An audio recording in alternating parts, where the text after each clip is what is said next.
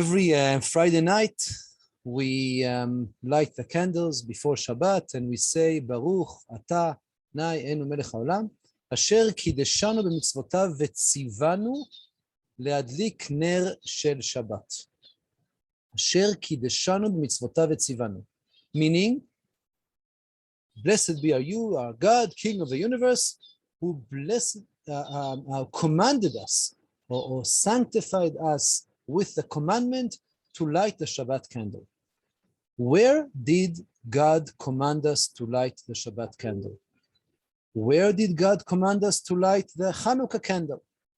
Where did He command us to wash our hands before we eat bread?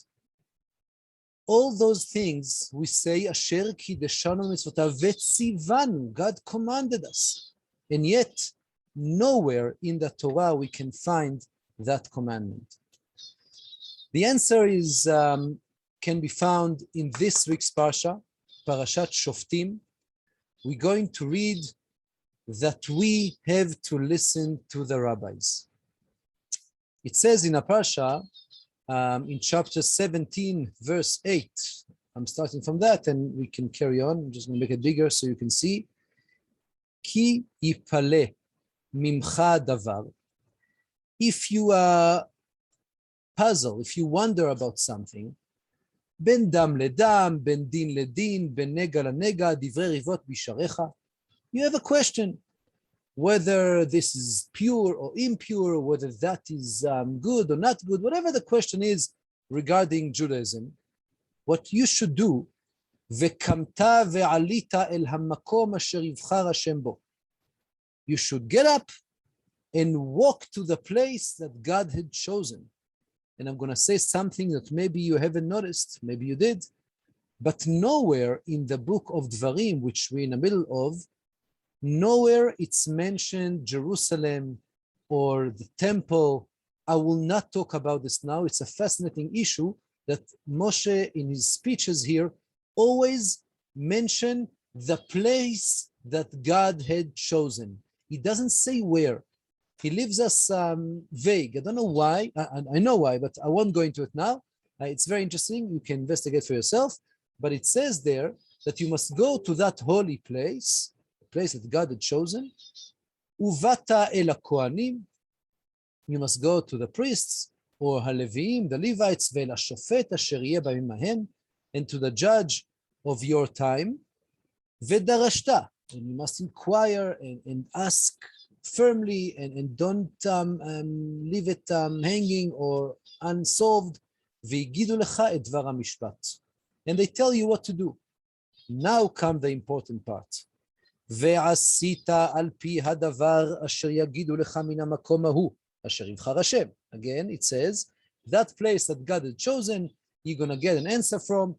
People will tell you, those rabbis, and you must do as they say. Ve'shamarta la'asot kechol asher yorucha. You must do as they teach you. Al pi haTorah asher yorucha. Ve'al hamishpat asher amru lecha ta'aseh. The Torah emphasized time after time after time, so you won't misunderstand it.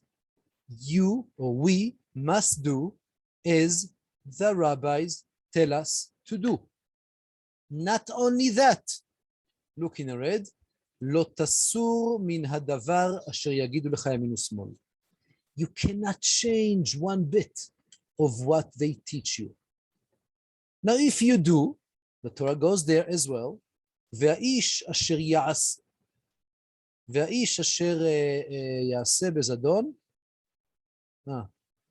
skipped here a line, ושיעשה בזדון, לבלתי שמו אל הכהן, העומד לשרת שם את השם אלוקיך או לשופט, ומת האיש ההוא. If someone deliberately doesn't do as he was told, if someone deliberately doesn't listen to the judge or the Kohen, umet האיש ההוא, he must die. וביערת הרע מישראל. You must get rid of all evil from the Jewish people. That's how harsh the Torah is with regards to listening to the rabbis. There is a double mitzvah here, what we call mitzvat aseh and lo ta'aseh. A mitzvah that we must do and what we mustn't do. It's double. On one hand, what we must do, we must do as the rabbis tell us to do. On the other hand, what we mustn't do, we mustn't change from what they teach us. The rabbis are arguing whether this mitzvah applies only to the time of the temple, that we must only listen to the rabbis that taught us at the time, those big Supreme Court that was sitting next to the temple, or it applies to rabbis of nowadays as well. I think it's logical to go with the opinion of what the rabbis of today teach us as well, not only because it makes sense, because we don't understand anything. We need the rabbis, otherwise we don't understand. I always tell you that in my head, it's compared to going to a physician. You go to a medical doctor when you have a question about medicine. Something is, you have a pain somewhere, so you go to the doctor. He is the expert. So too, with the Jewish religion, you go to the expert. You have a question with regards to halakha, you don't know something, you go to the, inverted commas, doctor of Judaism. That's the rabbi. That's what we must do. But more than that, I don't know if you noticed, but the verses we just read, it emphasized there, you must go to the judge, to the rabbis of your generation. Don't just count on rabbis from previous generations, because we're going to get new questions all the time. So you must go to the rabbis of your generation. That's how we must do it. Now, we don't understand otherwise. And we have to understand that the Torah itself is not something we can understand without the explanation of the rabbis. And those explanations were passed down from generation to generation, from God to Moses, and from Moses it was passed on to the rabbis. And that's what the Mishnah in Pirkei Avot starts with. Moshe kibel Torah misinai umesara leYehoshua veYehoshua lezkenim. That's how it's been passed down from Moses to Joshua, from Joshua to the elders, and to the prophets, and to all the rabbis of the Great Assembly. That's what they say there, and that's how it's been passed down. And we must not change from what they teach us, and that's very important. And the rabbi of your generation is like Joshua at his generation, or Samuel, Shmuel at his generation, or Yiftach, whoever it is. That's I'm not just making up names here. It's the Tosefta, 2,000 years ago, probably saying those examples, that we must listen to the judges and to the rabbis of your generation, and you must ask them what to do.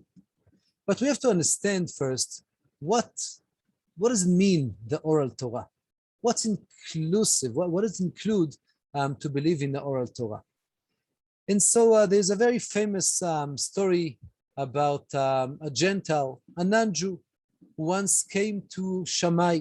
Shammai was a very big rabbi of 2,000 years ago, and he was very strict. Shammai was a big rabbi, but a very strict rabbi. And that non-Jew asked Shammai, how many Torah do you have? So Shammai answered the obvious answer, we have two, the written Torah and the oral Torah. So the Gentile very rudely says, I want you to convert me on the condition that I only follow the written Torah. I don't want to follow what the rabbis are saying. I want to go with the written Torah only. This kind of claim and argument I hear all the time from my students. People struggle with the fact, why listen to the rabbis? That's what we're going to try and convince you today. We're going to try and answer that question. Where does the oral Torah come from, and why should we listen to it? So Shammai got annoyed, and he very harshly told him, you know what? leave. I don't want, I'm not taking any conditions from you. You don't want to believe in the oral Torah, you cannot convert, bye-bye. Now, that's very true. We spoke on another lesson about the Shomronim. Shomronim is a cult next to Judaism that they believe in the written Torah only. Or you have the Karaites, the Karaim. Similarly, also, they claim to believe in the written Torah only and not the oral Torah. But that's fake. That's not true. That's not possible.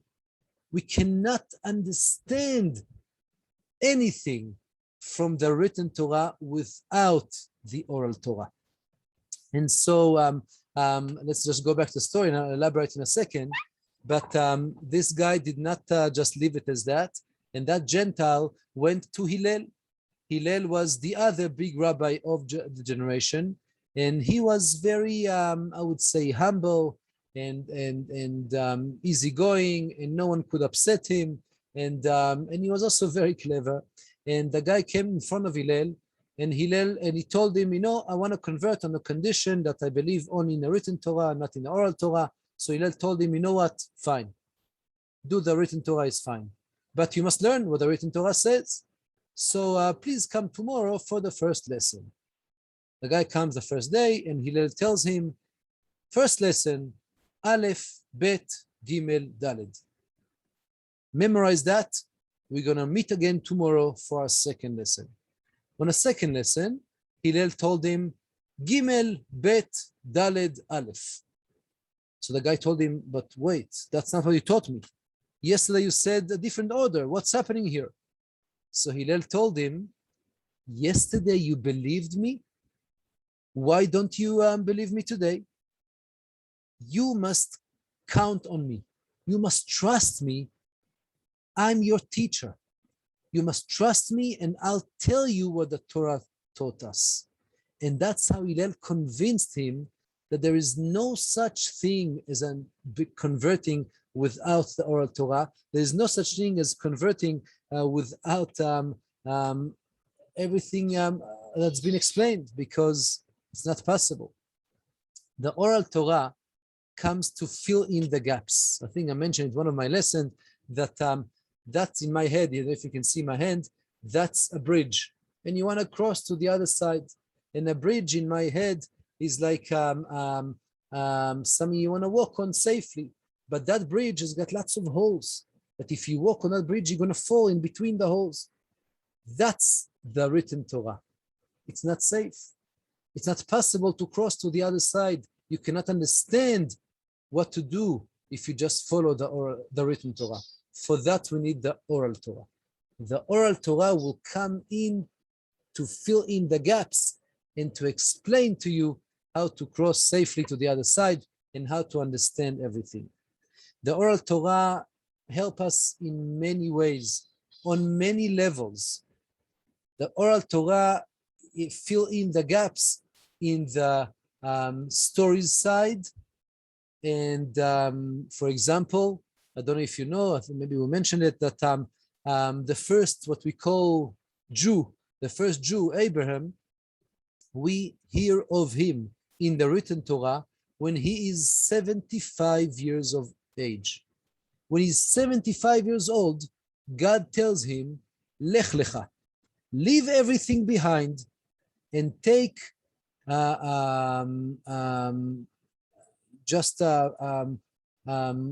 whatever you have and move to another land.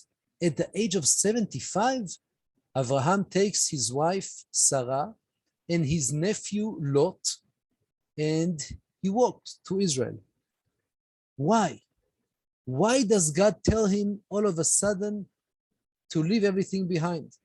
Why does Abraham take his nephew, Lot? What's the story? For that, we need the oral Torah. The oral Torah will fill in those gaps, and listen carefully. It says in the Talmud Yerushalmi, Masechet Pe'ah, that what is included in the oral Torah, and that is Mikra. Mikra is the explanations of the Torah. The Mishnah, the 6 books of the Mishnah. The Talmud. The Talmud is we're going to talk about the Gemara. Agada, what we're going to talk about now, is all those Agadot and Midrashim and everything else. ואפילו מה שתלמיד ותיק עתיד להורות לפני רבו.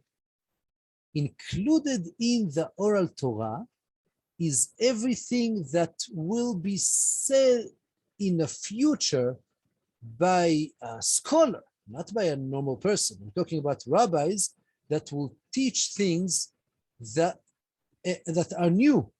Even that is part of the oral Torah that Moses received at Mount Sinai. And I don't know if you know the amazing story that Moshe asked God, why do you make me write all those little crowns to some of the letters of the Torah? And God told him, in many years' time, there will be a huge rabbi that he will learn lots of things from all those little decorations and crowns to the letters. So Moshe says to God, please show me that person. And God sent him as if to the future. And Moshe landed in the study hall of Rabbi Akiva. And he sits there in a shiur of Rabbi Akiva.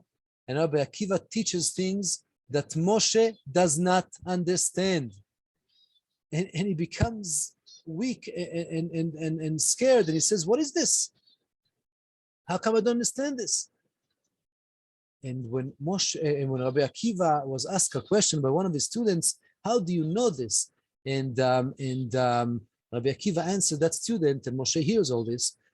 I know this because that's halacha leMoshe miSinai. This is written, this was given orally to Moses on Mount Sinai, and it was hinted in the Torah. Moshe went back to Mount Sinai and told God, wow, that's amazing that there will be such huge people. I won't tell you the end of that story, but because it's not so nice. But amazing story that everything that any rabbi will ever teach is part of the oral Torah. Going back to our story, we know the story that Abraham, as a young child, he already found there is a God. He thought originally that the sun is God and the moon is God, and people believed in all kinds of idols. And he realized there is something above all this that moves all nature and all those turns, all those wheels, and makes everything going. And that's God. We know the story that Abraham's father, called Terach, he had a shop of idols, and Abraham broke all those idols, and the king at the time, Nimrod, threw Abraham into the fire, and Abraham miraculously was saved, and yet his brother was burnt. His brother's name was Haran. His brother was burnt from that fire, and Abraham realizes he cannot stay there. He is burnt. He is burnt. If Terach did not manage to burn him now, he's going to burn him in the future. So Abraham leaves. And now we understand what's written in the Torah. Abraham takes his wife because he has to go. And he must go for good. So he takes his wife. He doesn't just go on a trip and come back. And he takes his nephew, Lot, because he feels responsible for that boy that his father just died. Lot was an orphan because his father, Haran, was just burnt in the fire. And so Abraham adopted Lot, and he takes him with him when he goes to the Holy Land. And so the written Torah is not clear if it wasn't for the oral Torah. But much more than that, we cannot understand how to live life today. Never mind the stories. What to do with our lives today.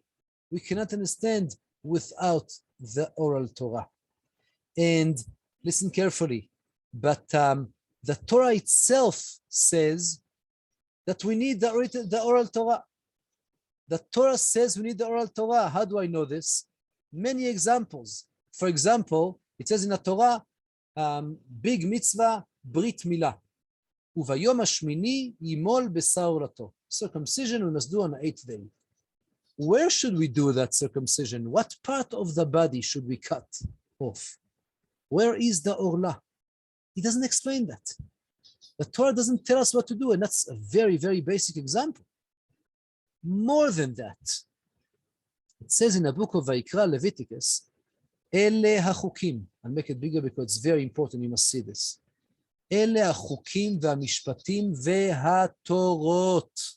These are the laws and the Torahs in a plural sense, not singular. Torot, not one Torah. These are the laws and the Torot that God gave to the children of Israel by the hand of Moses at Mount Sinai. And what's part of those Torot is Torah shebichtav and Torah shebe'al peh, the written and the oral Torah. Many verses prove to that. For example, we just read 2 weeks ago, it says, וזבחת מבקרך ומצונך אשר נתן השם לך כאשר ציוויתיך. זבחת means you bring a sacrifice, you slaughter your animals. But how do we do it? The Torah does not explain all the laws of shechita. How do we know them? That was given orally to Moses at Mount Sinai. It says in the book of Leviticus, ויקרב את העולה ויעשה כמשפט. Kamishpat, as the law says. What does it mean? What does the law says? Nowhere does the Torah explain what is that law. And so we learn from it that there must be oral Torah with the written. There must be explanations that came with it. The oral Torah help us on many, many levels.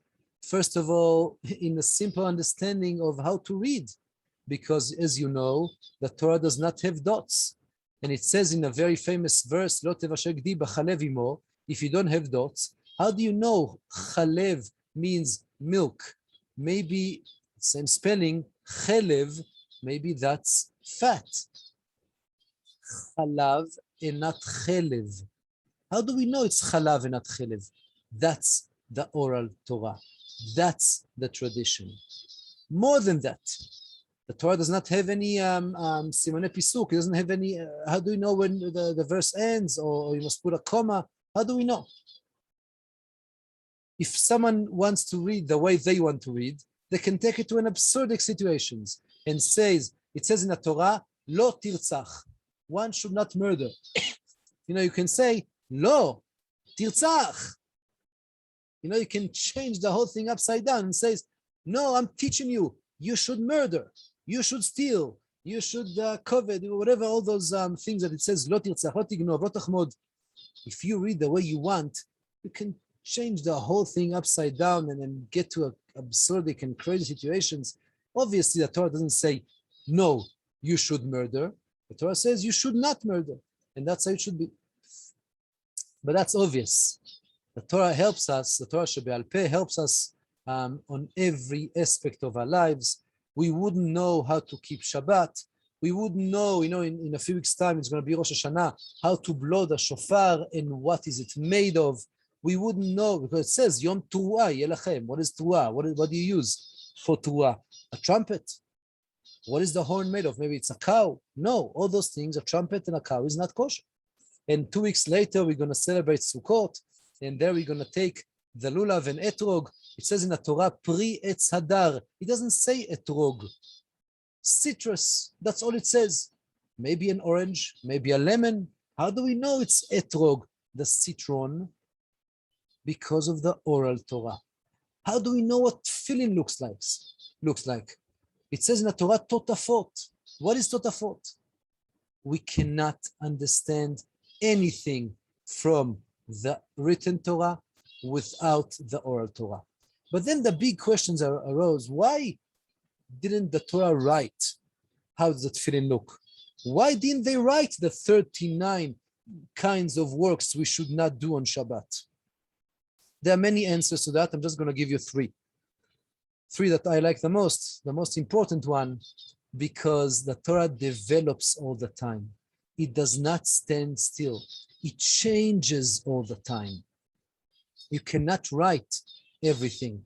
This light above my head, what does the Torah say? Are we allowed to put it on or off on Shabbat? The Torah says nothing.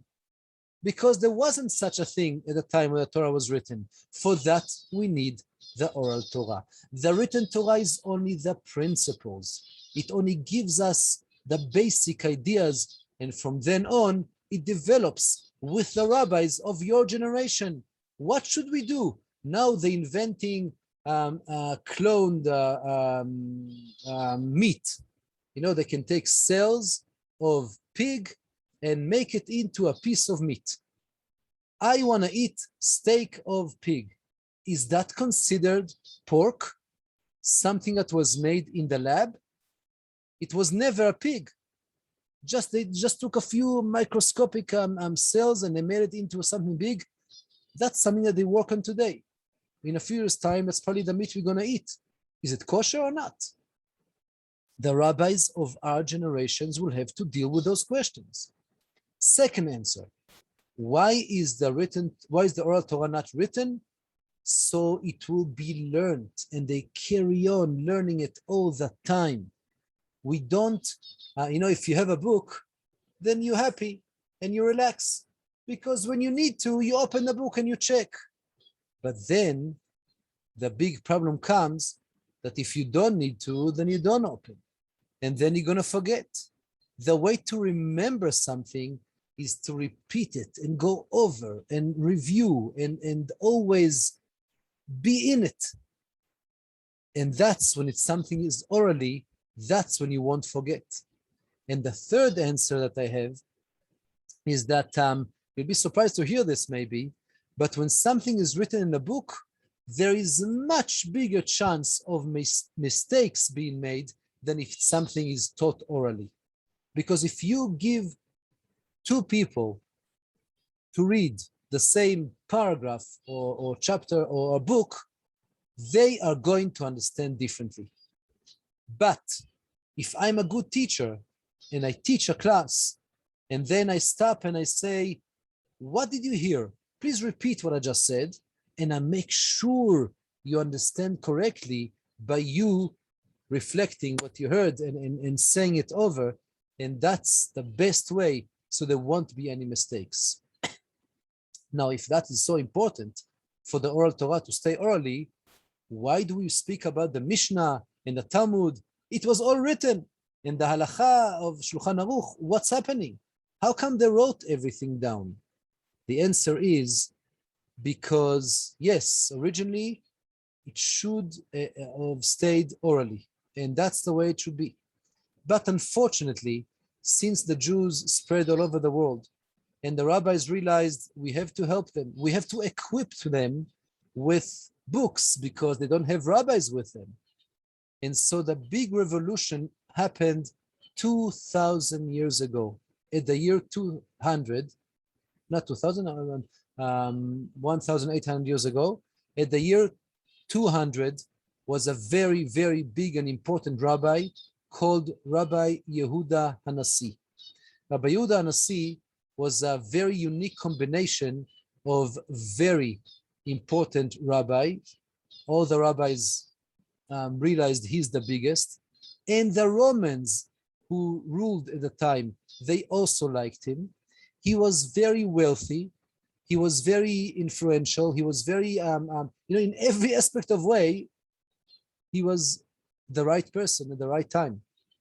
And he made this revolution, obviously with the help of the rabbis. And he said, I have to give the people that going and spreading all over the world, I have to give them a book because they're forgetting all the laws. And so he compiled the 6 books of the Mishnah. That happened in Israel, in the northern part of Israel, and so it's written in Hebrew. Soon after, as he predicted, the Jews were kicked out of Israel, and they spread different places, and the center of Torah moved for the first time to Babylon, Iraq of today. And there, 300 years later, the year 500 more or less, that's when the second book of the oral Torah written, that's the Talmud. At the same time, there was Talmudic written in Israel as well, but it's not as good because it's not so organized. But the Babylonian Talmud, if you go into a yeshiva, that's what people learn most of the day, in yeshiva.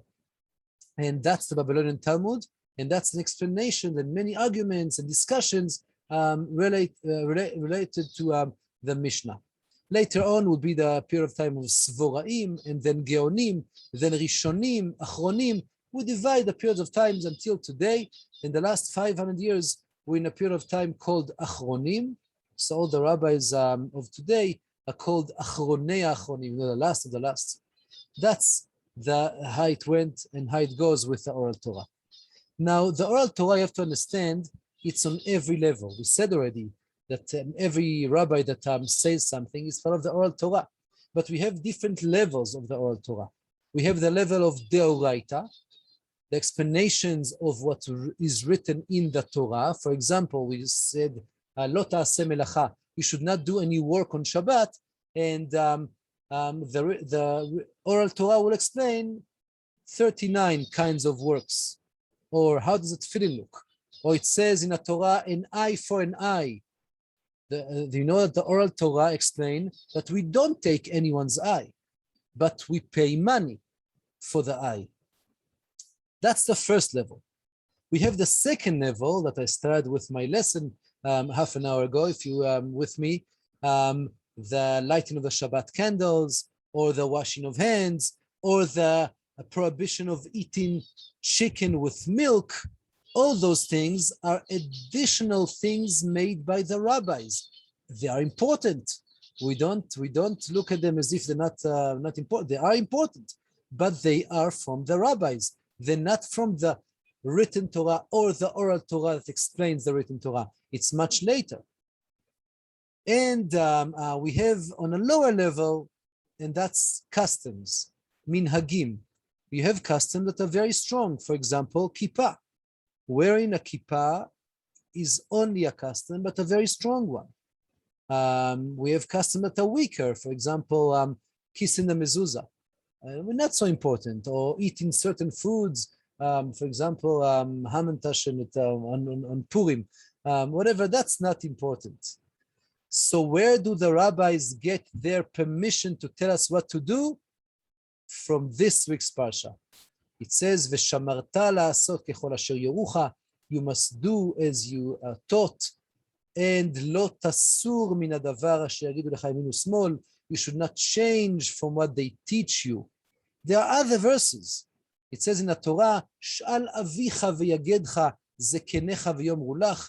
You should ask previous generations. You should consult with the elders and with the rabbis, and we must go with the rabbis. Just like, I repeat it again and again, just like when we're sick, we go to the doctor, so too, when we have a question in halacha, you go to the rabbi. I told you I volunteer to be a rabbi, and for me, it doesn't bother me. On the contrary, I enjoy it. I get questions which I'm fascinated by every time you challenge me, and I can just give you a few examples of questions that I've been asked that I just gathered today, just over my top of my head, that I was asked. Someone asked me just with regards to conversion, not about other things. Someone wanted to convert without anyone knowing. He was coming from a very strong Muslim background, and if the Arabs here in Israel, his family would know that he converted, they would kill him. So is it possible to convert without anyone knowing? Second question, I'm not answering anything. Don't ask me to answer. Each question here is a whole lesson by itself. So second question, someone asked me, they have, how do you say, rastot, you know, those knots in your hair. Can we go to the mikveh and do a dip for the giur with knots in the hair? You know, the water cannot really go in. Third question, someone had a problem that they cannot water the ear. They had a problem with the ear. So they asked, how can we convert without water our ear? Fourth question, listen carefully, beautiful question. Someone asked me if he ate meat and then straight away went to the mikveh, and now he's a Jew. As a Jew, can he eat milk straight away or not? Because he ate the meat as a non-Jew, and a non-Jew can eat meat and milk. But now he's a Jew, but he just had meat half an hour ago. Can he have milk now? Beautiful question. Regards to someone asked me also a beautiful question recently. I was asked, can someone be a witness at his own sister's wedding? Listen carefully. The law says that relatives cannot be witness at weddings, but he converted, she converted. According to Jewish law, they are not considered brother and sister because they're all new Jews. So can he be a witness at his own sister's wedding? Sixth question, is it legitimate to carry on celebrating the festivals of my family? For example, Christmas or Novi God for the Russians. Can we carry on celebrating those festivals when we are a Jew now? It's question number 7, again, very fascinating question. I was asked by a student. She said that her parents could not give birth, and so they took the egg of her mother with the sperm of her father, and they made outside הפריה חוץ גופית, and they took that that fertile and put it in another woman who's not Jewish. The one to hold the pregnancy was a non-Jew, but the egg belongs to a Jew. Does she need to convert or not? I was asked by one of my students, is he allowed to write a Sefer Torah? He wrote a letter in a Sefer Torah. What should we do? I was asked by someone who decided not to convert at the end. He still wanted to put on tefillin, and someone else wants to put a mezuzah. Are they allowed to or not? Is there a tefillin for a vegan who doesn't want to use anything from a cow that was just murdered? There's so many beautiful questions. Bottom line, you must choose a rabbi that you trust. You must choose someone that know you, that know where you stand and can help you go into Judaism and do the right thing. And with that, we're going to end. Thank you very much. Thank you. Appreciate it. Thank you. Thank you very much.